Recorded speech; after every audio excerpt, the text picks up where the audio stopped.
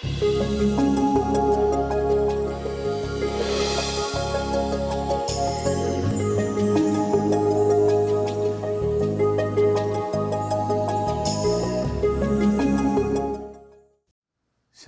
ടെലിവിഷൻ്റെ ഓരോ ആഴ്ചയിലുമുള്ള daily mirror എന്നുള്ള ഈ പ്രോഗ്രാമിലേക്ക് മാന്യ പ്രേക്ഷകരെ ഒരിക്കൽ കൂടി സ്വാഗതം ചെയ്യാൻ എനിക്കേറെ സന്തോഷമുണ്ട്. നമ്മുടെ ഈ പരിപാടി നിങ്ങൾക്ക് ഹൃദ്യമാകുന്നുവെന്ന് ഞാൻ കരുതുകയാണ്. ഇതിലൂടെ നമ്മൾ പറയുന്നത് വലിയ കാര്യങ്ങളൊന്നുമല്ല, സാധാരണയുള്ള കാര്യങ്ങൾ. അത് ദൈവവചനത്തിൻ്റെ പശ്ചാത്തലത്തിൽ നമ്മൾ പറയുന്നു എന്ന് മാത്രം. പതിവ് പോലെ ഇന്നും നമ്മൾ ചില ദൈവവചനങ്ങളുടെ പശ്ചാത്തലത്തിലുള്ള ഒരു പരിചിന്തനമാണ് നടത്തുന്നത്. ഇന്നത്തെ പരിചിന്തനത്തിനായിട്ട് ഞാൻ എടുത്തിരിക്കുന്ന വചനം മത്തായിയുടെ സുവിശേഷം 24-ാം അധ്യായം 1-2 വാക്യങ്ങളാണ്. മത്തായിയുടെ സുവിശേഷം 24-ാം അധ്യായം 1-2 വാക്യങ്ങൾ. യേശു ദേവാലയം വിട്ടു പോകുമ്പോൾ ദൈവാലയത്തിൻ്റെ പണികൾ അവന് കാണിച്ചു കൊടുക്കുവാൻ ശിഷ്യന്മാർ അടുത്തെത്തി. അവൻ അവരോട് പറഞ്ഞു, നിങ്ങൾ ഇതെല്ലാം കാണുന്നല്ലോ. സത്യമായി ഞാൻ നിങ്ങളോട് പറയുന്നു, ഇവിടെ കല്ലിന്മേൽ കല്ല് ശേഷിക്കാതെ എല്ലാം തകർക്കപ്പെടും. ജെറൂസലം ദേവാലയം അതിബൃഹത്തായ മനോഹരമായ ദേവാലയമാണ്. സോളമൻ ചക്രവർത്തി അത് പണി കഴിപ്പിച്ചു. ദാവീദ് ഒരു ദേവാലയം പണി കഴിപ്പിക്കണമെന്ന് വളരെയധികം ആഗ്രഹിച്ചിരുന്നു. പക്ഷെ അദ്ദേഹത്തിന് കഴിഞ്ഞില്ല. അദ്ദേഹത്തോട് ദൈവം പറഞ്ഞു, സാരമില്ല, നീ എനിക്ക് വേണ്ടി ഒരു ആലയം പണിയുകയില്ല, പകരം അതിന് ഞാൻ അനുവദിക്കാൻ പോകുന്നത് നിൻ്റെ മകനായ സോളമനെയാണ്. സോളമൻ്റെ നേതൃത്വത്തിൽ അതിമനോഹരമായിട്ടുള്ള ജെറൂസലം ദേവാലയം പണിതു. പക്ഷെ നമുക്കറിയാം, ആ ദേവാലയം പല പ്രാവശ്യം നശിപ്പിക്കപ്പെട്ടു. അവസാനം യേശുവിൻ്റെ കാലത്തുണ്ടായിരുന്ന ആ ദേവാലയം 46 സംവത്സരമെടുത്ത് പുതുക്കി പണിത ദേവാലയം. ഈ ദേവാലയത്തിൻ്റെ ഓരോ ഭാഗത്തും കൊണ്ടുപോയിട്ടാണ് ശിഷ്യന്മാർ കാണിച്ചു. അവർക്ക് വലിയ അഭിമാനമാണ്. കാരണം എന്താണ്? അവർ യഹൂദന്മാരാണ്. അപ്പോൾ തങ്ങളുടെ ദേവാലയമാണ് ജെറൂസലം ദേവാലയം. ഈ ദേവാലയം ചുറ്റി നടന്ന് കാണിച്ചു കൊടുക്കുകയാണ് യേശുവിനെയും. യേശുവിനെ അറിയാൻ പാടില്ലാഞ്ഞിട്ടല്ല, എങ്കിലും അവർ എല്ലാവരും കൂടി ഇങ്ങനെ സംസാരിച്ച് സ്വയം അഭിമാനിക്കുകയാണ്. നമുക്കുള്ള നമ്മുടെ ഈ ദേവാലയം എത്ര മനോഹരമായിരിക്കുന്നു.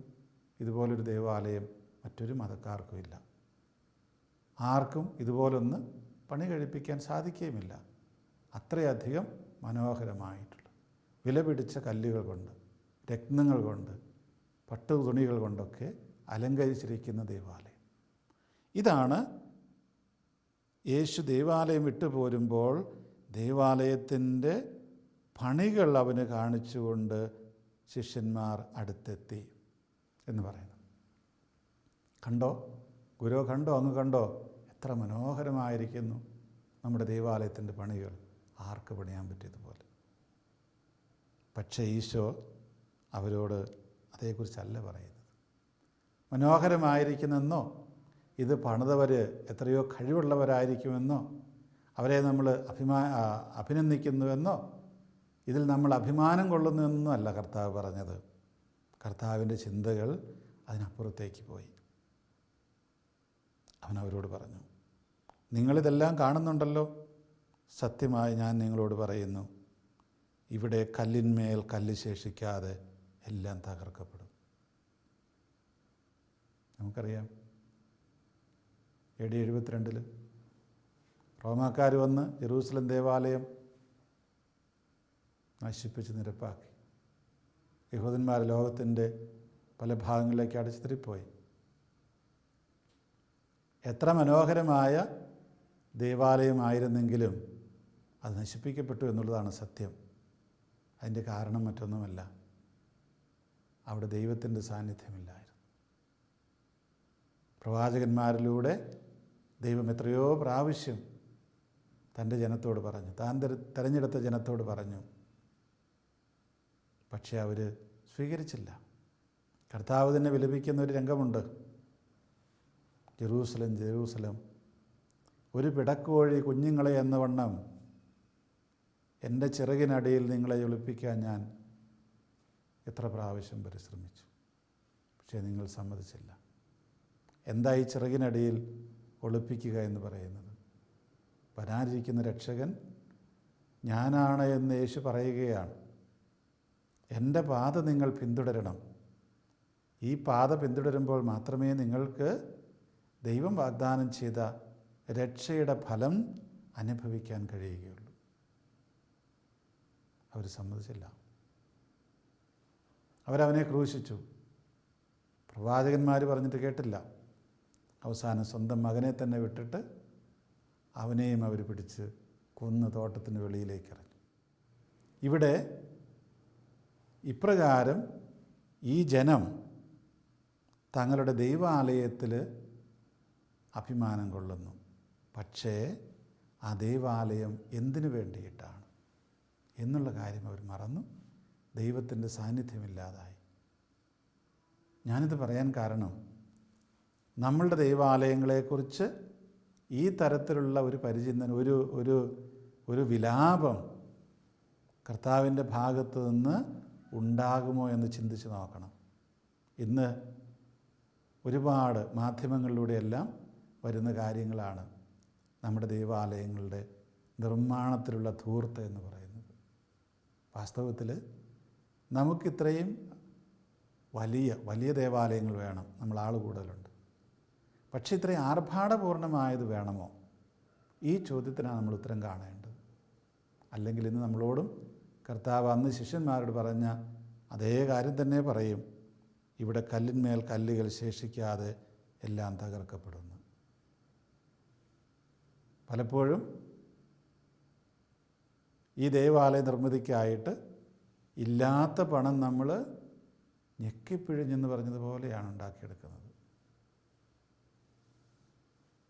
ഒരു ദേവാലയം പണിയുമ്പോൾ പ്രധാനമായിട്ടും നമ്മുടെ ശ്രദ്ധ ഏത് കാര്യത്തിലായിരിക്കണം?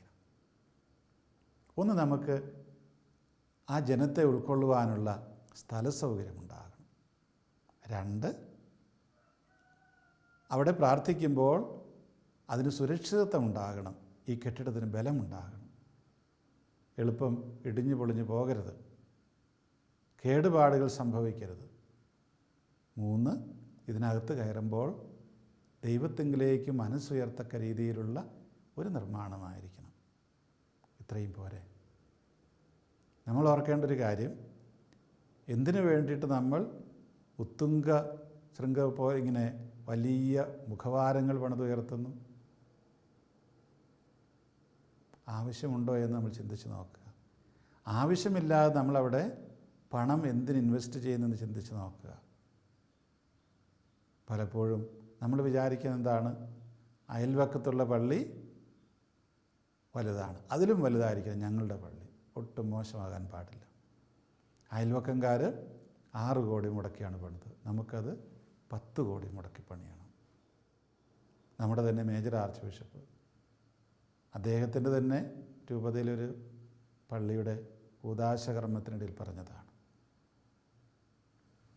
ഇത് ശരിയല്ല എന്ന്. ഇത്രയും പണം മുടക്കി ഒരു ദേവാലയം പണിയുന്നത് ശരിയല്ല എന്ന്, അതിൻ്റെ ആവശ്യമില്ല എന്ന്. എന്തുകൊണ്ട് നമുക്കത് ശ്രവിക്കാൻ കഴിയുന്നില്ല? ഇപ്രകാരം ഈ ദേവാലയ നിർമ്മിതിയെക്കുറിച്ചുള്ള കാഴ്ചപ്പാട് നമ്മൾ മാറ്റേണ്ട കാലമായില്ലേ?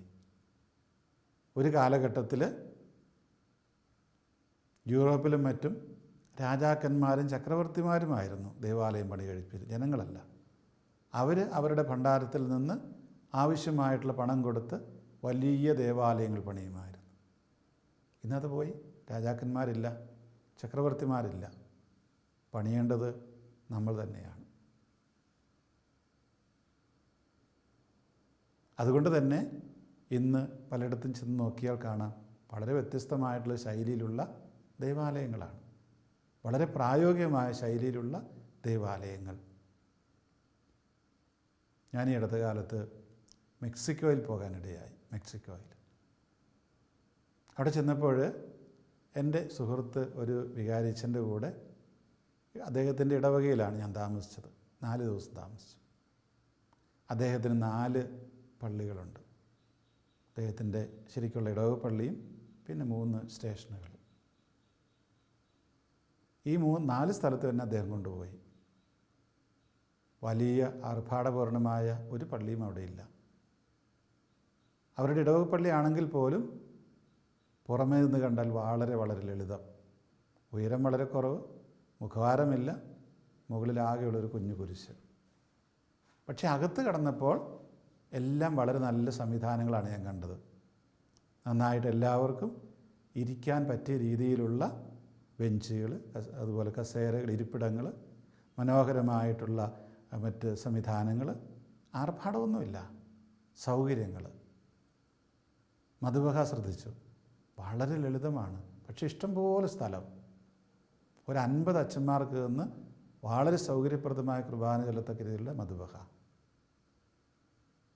പെയിൻറ്റിങ്ങുകളൊന്നുമില്ല, ഏതാനും കൊച്ചു കൊച്ചു രൂപങ്ങളുണ്ട്, അത്രയേ ഉള്ളൂ. അതുപോലെ ആ പള്ളി AC ആണ്. കാരണം ഞാൻ ആ പോയ സ്ഥലത്ത് ഭയങ്കര ചൂടാണ്, 38 ഡിഗ്രി സെൽഷ്യസാണ് ചൂടാണ് ഞാൻ ചെല്ലുമ്പോൾ. AC ഇല്ലാതെ അതിനകത്തിരിക്കാൻ പറ്റില്ല. അപ്പോൾ ഈ മുഖവാരത്തിനും ഒന്നും പണം മുടക്കാതെ അതിൽ പ്രാർത്ഥിക്കാൻ വരുന്ന ജനങ്ങൾക്ക് സൗകര്യപ്രദമായിരിക്കാനും ആശ്വാസപ്രദമായിരിക്കാനും പറ്റിയ രീതിയിലുള്ള സംവിധാനങ്ങളാണ് ചെയ്തിരിക്കുന്നത്. അവരത് സന്തോഷത്തോടു കൂടിയിട്ട് ആ പള്ളിയിൽ ആരാധന നടത്തുന്നു. ഈ 4 സ്ഥലത്തും കൊച്ചു കൊച്ചു സ്റ്റേഷനുകളാണെങ്കിലും എല്ലാം അവർ എയർ കണ്ടീഷൻ ചെയ്തിരിക്കുകയാണ്. കാരണം വരുന്നവർക്ക് സൗകര്യപ്രദമായി ആശ്വാസത്തോടു കൂടി ഇരുന്ന് പ്രാർത്ഥിക്കുവാനുള്ള അന്തരീക്ഷം ഉണ്ടാകണം. അപ്പോൾ ഞാൻ നമ്മുടെ നാട്ടിലുള്ള പള്ളികളെക്കുറിച്ച് ഓർത്തു. നമുക്ക് വലിയ മുഖവാരങ്ങളാണോ ആവശ്യം, അതോ നമുക്ക് ചുട്ടുപൊള്ളുന്ന ചൂടിൽ അല്പം ആശ്വാസത്തോടു കൂടി ഇരുന്ന് പ്രാർത്ഥിക്കുവാനുള്ള അവസരമാണോ കൊടുക്കേണ്ടത് എന്ന് ചിന്തിക്കുന്നതിൽ തെറ്റില്ല എന്ന് ഞാൻ വിചാരിക്കുന്നു. നമ്മുടെ ദേവാലയ നിർമ്മാണങ്ങൾ ഏതാണ്ട് 70കളിൽ 60കളുടെ അവസാനം, അല്ലെങ്കിൽ 60കളുടെ അവസാനമൊക്കെ യൂറോപ്പിൽ, പ്രത്യേകിച്ച് ജർമ്മനിയിൽ അവരൊരുപാട് വലിയ പള്ളികൾ പണിതു. അന്ന് ഒരുപാട് ജനം അവിടെ ഉണ്ടായിരുന്നു. പക്ഷേ ഇന്ന് ആ പള്ളികളെല്ലാം അവർ ചുരുക്കിക്കൊണ്ടിരിക്കുകയാണ്. പള്ളികളുടെ ഏതെങ്കിലും ഒരു മൂലയിലേക്ക് അവരുടെ അൾത്താര മാറ്റിയിട്ട് കുർബാനയ്ക്ക് സൗകര്യമൊരുക്കുകയാണ്. കാരണം അത്രയും വലിയ പള്ളിയിൽ വരാനുള്ള ആളില്ല. കാലങ്ങൾ മാറിപ്പോയി. ഭാരതത്തിൽ, ഇന്ത്യയിൽ, പ്രത്യേകിച്ച് കേരളത്തിൽ സാഹചര്യം വ്യത്യസ്തമായിരിക്കുമെന്ന് കരുതാൻ ന്യായമൊന്നുമില്ല. നമുക്കറിയാം, നമ്മുടെ ആളുകൾ ഒരുപാട് പേര്, പ്രത്യേകിച്ച് യുവതലമുറ, ഭാരതത്തിൻ്റെ ഇതര സംസ്ഥാനങ്ങളിലേക്കും പുറം രാജ്യങ്ങളിലേക്കുമൊക്കെ കുടിയേറുകയാണ്. അതായത് മക്കളുണ്ടാകുന്ന പ്രായത്തിലുള്ള യുവതലമുറ അവർ കുടിയേറുകയാണ്. കേരളത്തിൽ അവശേഷിക്കുന്നവർ എണ്ണത്തിൽ കുറവാണ്.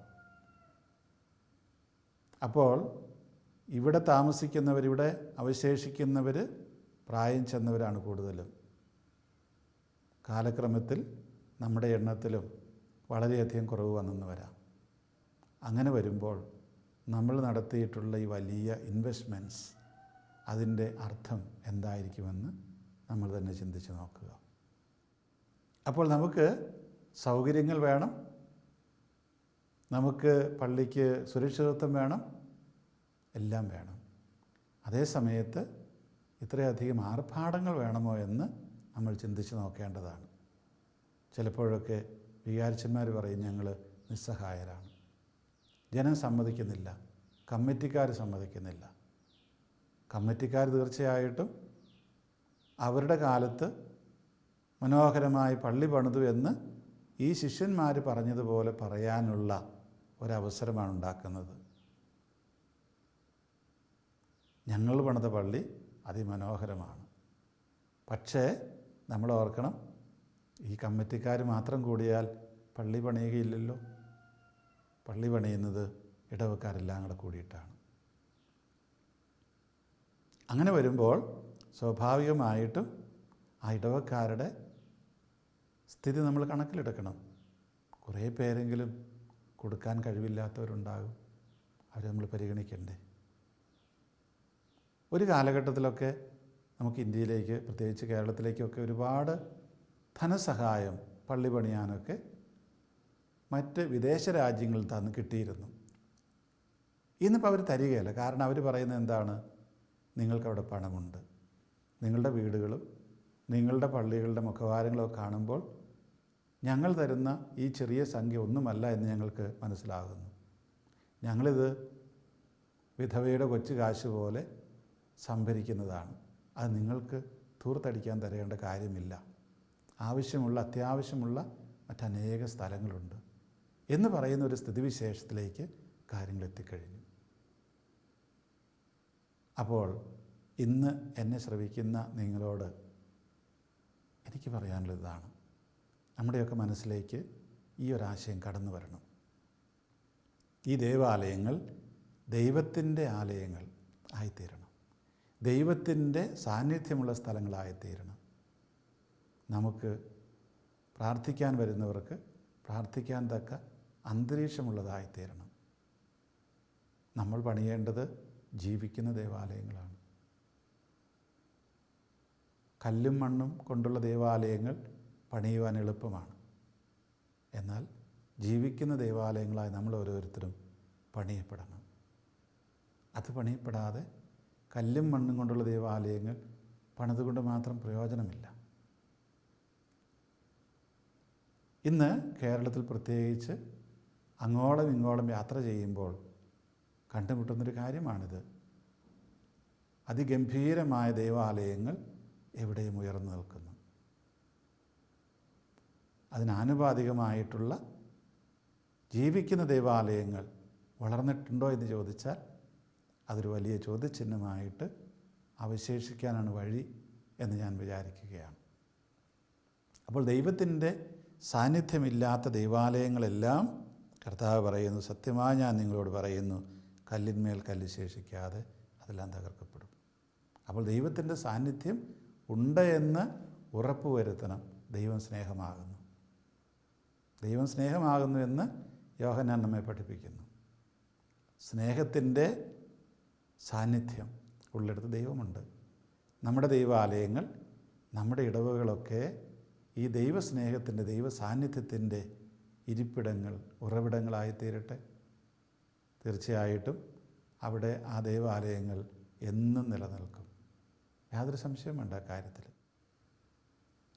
ദൈവത്തിൻ്റെ ആലയം പണിയുമ്പോൾ നമ്മൾ ചിന്തിക്കേണ്ടത് ദൈവികമായ കാഴ്ചപ്പാടിലൂടെയാണ് കാണേണ്ടത്, മാനുഷികമല്ല. പൗലോസ് ശ്ലീഹ 2 കൊരിന്ത്യർ 5:16 പറയുന്നത് എന്താണ്? ഇനി മുതൽ ഞങ്ങൾ ആരെയും മാനുഷികമായ ജഡികമായ കാഴ്ചപ്പാടിലൂടെ അല്ല കാണുന്നത്, ദൈവികമായ കാഴ്ചപ്പാടിലൂടെയാണ്. നമ്മുടെ ദൈവാലയങ്ങൾ പണിയുമ്പോൾ നമുക്ക് അതിനെ ദൈവികമായിട്ടുള്ള കാഴ്ചപ്പാടിലൂടെ കാണാൻ കഴിയണം. അപ്പോൾ മാത്രമേ അവിടെ ദൈവത്തിൻ്റെ സാന്നിധ്യം ഉണ്ടാവുകയുള്ളൂ. അവിടെ മാത്രമേ നമുക്ക് പ്രാർത്ഥിക്കാൻ കഴിയുകയുള്ളൂ. ആ പ്രാർത്ഥന മാത്രമേ ദൈവം കേൾക്കുകയുള്ളൂ എന്ന വസ്തുത നമ്മൾ ഓർത്തിരിക്കുക. നമ്മളുടെ ദൈവാലയങ്ങൾ കേവലം കച്ചവട സ്ഥാപനങ്ങൾ ആയി രൂപാന്തരപ്പെടുന്ന അവസ്ഥ ഒരിക്കലും നമുക്ക് ഭൂഷണമല്ല എന്ന് മനസ്സിലാക്കുക. വളരെ ആഡംബരപൂർണമായ ദൈവാലയങ്ങൾ മാത്രമല്ല, അതിലുപരി അവിടെ നടത്തുന്ന കർമ്മങ്ങളും പെരുന്നാളുകളും ഒക്കെ ഇതുപോലെ തന്നെ ഉള്ളതാണ്. പലപ്പോഴും ഈ ദൈവത്തിൻ്റെ സാന്നിധ്യം അനുഭവിക്കാൻ മനുഷ്യർക്ക് കഴിയാത്ത രീതിയിൽ ഉള്ളതായിത്തീരുന്നു. നമ്മൾ ഒരു തിരിച്ചുവരവ് നടത്തേണ്ടതല്ലേ യഥാർത്ഥത്തിൽ? ദൈവികമായിട്ടുള്ള ആ സാന്നിധ്യം അനുഭവിക്കാൻ കഴിയുന്ന ഒന്നാക്കി നമ്മൾ ദൈവാലയങ്ങളെ വീണ്ടും രൂപാന്തരപ്പെടുത്തേണ്ടതല്ലേ? തീർച്ചയായിട്ടും അതെ. കർത്താവ് നമ്മളെ പഠിപ്പിച്ച കാര്യങ്ങൾ അതാണ്. മത്തായിയുടെ സുവിശേഷം 28-ാം അധ്യായത്തിൽ അവസാനമായിട്ട് കർത്താവ് പഠിപ്പിക്കുന്ന ചില കാര്യങ്ങളുണ്ട്, പറയുന്ന ചില കാര്യങ്ങൾ. ഞാൻ പഠിപ്പിച്ച കാര്യങ്ങൾ അത് അനുസരിക്കാൻ, ജീവിക്കാൻ എല്ലാവരെയും പഠിപ്പിക്കുക. അപ്പോൾ നമ്മളുടെ ദൗത്യമെന്ന് പറയുന്നത് ഇപ്രകാരമുള്ള ദേവാലയങ്ങൾ പണിയൽ മാത്രമല്ല, അതിലുപരിയായിട്ട് കർത്താവിൻ്റെ പ്രബോധനങ്ങൾ ജീവിക്കുകയും അത് മറ്റുള്ളവരെ ജീവിക്കാൻ പഠിപ്പിക്കുകയും ചെയ്യുക എന്നുള്ള ആ ദൗത്യമാണ്.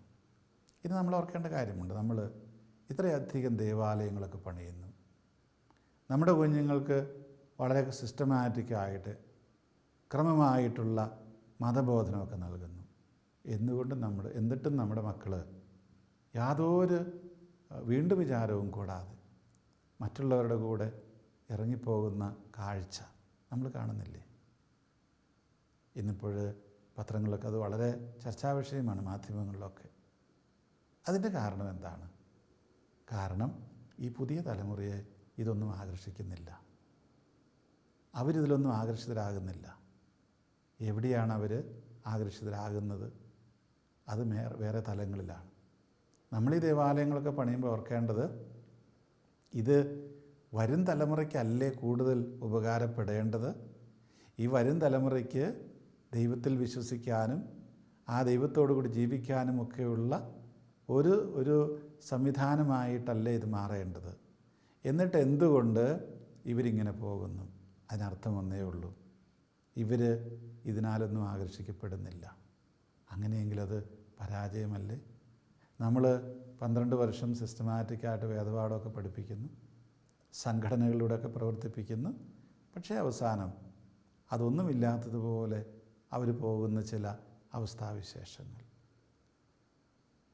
കർത്താവ് പറയുന്ന അതാണ്, കല്ലിന്മേൽ കല്ല് ശേഷിക്കാതെ ഇവയെല്ലാം തകർക്കപ്പെടുന്നു. അതായത് കർത്താവ് ശരി ഈ ജെറൂസലം ദേവാലയം നശിപ്പിക്കുന്നതിനെക്കുറിച്ചുമാണ് പറഞ്ഞത്. പക്ഷേ അതിലുപരിയായിട്ട് ഈ യഹൂദന്മാർ അവർ ചിതറിക്കപ്പെട്ടു. ഇന്ന് ലോകത്തിൻ്റെ എല്ലാ ഭാഗത്തും അവരുണ്ട്. ഇന്നും അവർ സ്വന്തമായിട്ട് ഒരു രാജ്യം നിലനിർത്തിക്കൊണ്ടു പോകാൻ അതീവ കഷ്ടപ്പാടാണ് സഹിക്കുന്നത്. കർത്താവ് ഉദ്ദേശിച്ചത് ഒരുപക്ഷെ ഇതായിരിക്കുകയില്ലേ? കല്ലിന്മേൽ കല്ല് ശേഷിക്കാതെ ഈ ദേവാലയം നശിച്ചു പോകുമെന്ന് പറയുമ്പോൾ ആ സമൂഹത്തെക്കുറിച്ച് ആയിരിക്കാൻ വഴിയില്ലേ അവിടുന്ന് ഉദ്ദേശിച്ചത്? അപ്പോൾ നമ്മുടെ ദേവാലയങ്ങൾ സൃഷ്ടിക്കപ്പെടേണ്ടത് കല്ലുകൊണ്ടും മണ്ണുകൊണ്ടുമല്ല. അത് വേണം. അതിലുപരിയായിട്ട് നമ്മുടെ ജീവിക്കുന്ന ദേവാലയങ്ങളാണ് നിർമ്മിക്കപ്പെടേണ്ടത്. ആ ദേവാലയങ്ങളാണ് മറ്റുള്ളവരുടെ മുമ്പിൽ പ്രശോഭിച്ച് നിൽക്കേണ്ടത്. ആ ദേവാലയങ്ങളിലാണ് നമ്മൾ അഭിമാനം കൊള്ളേണ്ടത്. നമ്മുടെ മക്കൾ, നമ്മുടെ യുവതലമുറ ഈ ദേവാലയങ്ങളിൽ ഉറച്ചു നിൽക്കുമ്പോൾ അവിടെയാണ് നമുക്ക് അഭിമാനിക്കാനായിട്ട് വകയുള്ളതെന്ന് മനസ്സിലാക്കുക. അപ്പോൾ അങ്ങനെ അഭിമാനിക്കാൻ കഴിയുന്ന ഒരു സമൂഹമായിട്ട് നമ്മുടെ സമൂഹങ്ങൾ മാറണം. നമ്മുടെ ഈ ദേവാലയങ്ങളൊക്കെ മറ്റുള്ളവർക്ക് ഭീഷണിയായിട്ട് തോന്നരുത്. നമുക്കറിയാം, പലപ്പോഴും ഈ സമൂഹങ്ങൾ തമ്മിലുള്ള വഴക്ക് എന്ന് പറയുന്നത് കുറേയൊക്കെ അസൂയയിൽ നിന്നാണ്, കുറേയൊക്കെ ഒരു ഭീതിയിൽ നിന്നാണ്.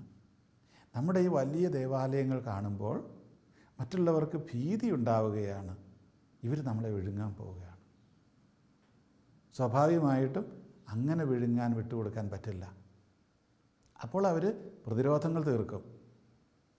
നിങ്ങൾ കണ്ടിട്ടൊരു പട്ടി കടിക്കാനായിട്ട് വരുമ്പോൾ ഈ പട്ടി കടിക്കാൻ വരുന്നത് എന്തുകൊണ്ടാണ്? പട്ടി പേടിച്ചിട്ടാണ്. പാമ്പ് കടിക്കാൻ വരുന്നത് പാമ്പ് പേടിച്ചിട്ടാണ്, അവരെ വല്ലതും ചെയ്യുമെന്ന് പേടിച്ചിട്ടാണ്. അപ്പോൾ ഈ പട്ടി ഇങ്ങനെ വരുമ്പോൾ പട്ടിയുടെ മുഖത്തെ രോമങ്ങളൊക്കെ എഴുന്നു നിൽക്കുന്നത് കാണാം. അത് ശത്രുവിനെ പേടിപ്പിക്കാൻ വേണ്ടിയിട്ടാണ്. ഇതുതന്നെയാണ് സമൂഹത്തിൽ സംഭവിക്കുക. ഈ അസൂയയൊക്കെ കയറിക്കഴിയുമ്പോൾ, ഭീതിയൊക്കെ കയറിക്കഴിയുമ്പോൾ നമ്മളെ എങ്ങനെയും ഇല്ലായ്മ ചെയ്യണം എന്ന ചിന്തയിലേക്ക് മറ്റുള്ളവർ വരും. അപ്പോഴാ ഭീതി ഒഴിവാക്കേണ്ടത് നമ്മുടെ ഒരു ആവശ്യമാണ്, നിലനിൽപ്പിൻ്റെ ആവശ്യമാണത്. നമ്മുടെ ആർഭാടങ്ങളും ഇങ്ങനെ അതിഗംഭീരമായിട്ട് ദേവാലയങ്ങളുമൊക്കെ മറ്റുള്ളവരിൽ ഭീതി പടർത്തും, മറ്റുള്ളവരിൽ അസൂയ പടർത്തും. അങ്ങനെ വരുമ്പോൾ അവർ ഒരു മുഴം മുൻകൂട്ടി തന്നെ എറിയും. എന്തിനു വേണ്ടിയിട്ട്? സ്വയം പ്രതിരോധം തീർക്കാൻ വേണ്ടിയിട്ട്, പ്രതിരോധിക്കാൻ വേണ്ടിയിട്ട്, തങ്ങളെ ഒരുപക്ഷെ അവർ വിഴുങ്ങിക്കളയുമെന്ന് പേടിച്ചിട്ട്. അപ്പോൾ നമ്മൾ അതുകൊണ്ട് വളരെയധികം മതങ്ങൾ ഒരുമിച്ച് ജീവിക്കുന്ന ഭാരതമെന്ന് പറയുന്ന ഈ സ്ഥലത്ത് നമ്മളിതൊക്കെ ചെയ്യുമ്പോൾ വളരെയധികം ശ്രദ്ധിക്കേണ്ടതുണ്ട്. നമുക്ക് തോന്നും ഇത് ഞങ്ങളുടെ കാശ് കൊണ്ടല്ലേ പണിയുന്നത്, അതിന് അവർക്കെന്താ ഛേദം? കാര്യം ശരിയാണ്. പക്ഷേ നമ്മളിങ്ങനെയൊക്കെ പറയുമ്പോഴും അങ്ങനെ അല്ലാതെ കാണുന്ന ഒരു ജനസമൂഹം നമ്മുടെ ഈ ഭാരതത്തിലുണ്ട് എന്ന വസ്തുത നമ്മൾ മറക്കാതിരിക്കുക. അതുപോലെ തന്നെ നമുക്ക് ദൈവം തരുന്ന പണത്തെ ദുരുപയോഗം ചെയ്യാതിരിക്കുക. ദൈവം തരുന്ന പണം നമുക്ക് മറ്റുള്ളവർക്കും കൂടെ വേണ്ടി കൂടിയിട്ട് ഉപയോഗിക്കാനുള്ളതാണ്. അതിന് പങ്കുവയ്ക്കാൻ നമ്മൾ തയ്യാറാവുക. സ്വാഭാവികമായിട്ടും അവിടെ ദൈവം വസിക്കും. അവിടെയാണ് യഥാർത്ഥത്തിൽ ദൈവം വസിക്കുക. ആ ദൈവാലയത്തെ ദൈവം തന്നെ കാത്തുകൊള്ളും.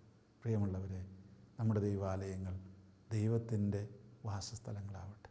നമുക്ക് പ്രാർത്ഥിക്കാം. കാരുണ്യവാനായ കർത്താവേ, ഞങ്ങൾ നിന്നെ സ്തുതിക്കുന്നു. നിന്നെ ആരാധിക്കുവാനായിട്ട് ഞങ്ങൾക്ക് എത്രയോ മനോഹരങ്ങളായ ദൈവാലയങ്ങളാണ് നീ തന്നിരിക്കുന്നത്. കർത്താവേ, നിൻ്റെ സാന്നിധ്യമില്ലാത്ത ദൈവാലയങ്ങളുമുണ്ട് എന്ന വസ്തുത ഞങ്ങൾ തിരിച്ചറിയും. ഞങ്ങളുടെ ദൈവാലയങ്ങൾ എപ്പോഴും നിൻ്റെ വാസസ്ഥലമായി തീരട്ടെ.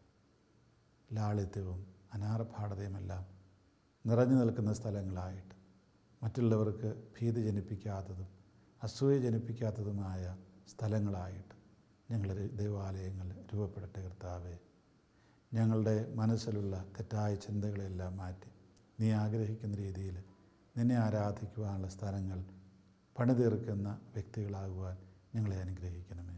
നിത്യം പിതാവും പുത്രനും പരിശുദ്ധാത്മാവുമായ സർവേശ്വര എന്നേക്കും.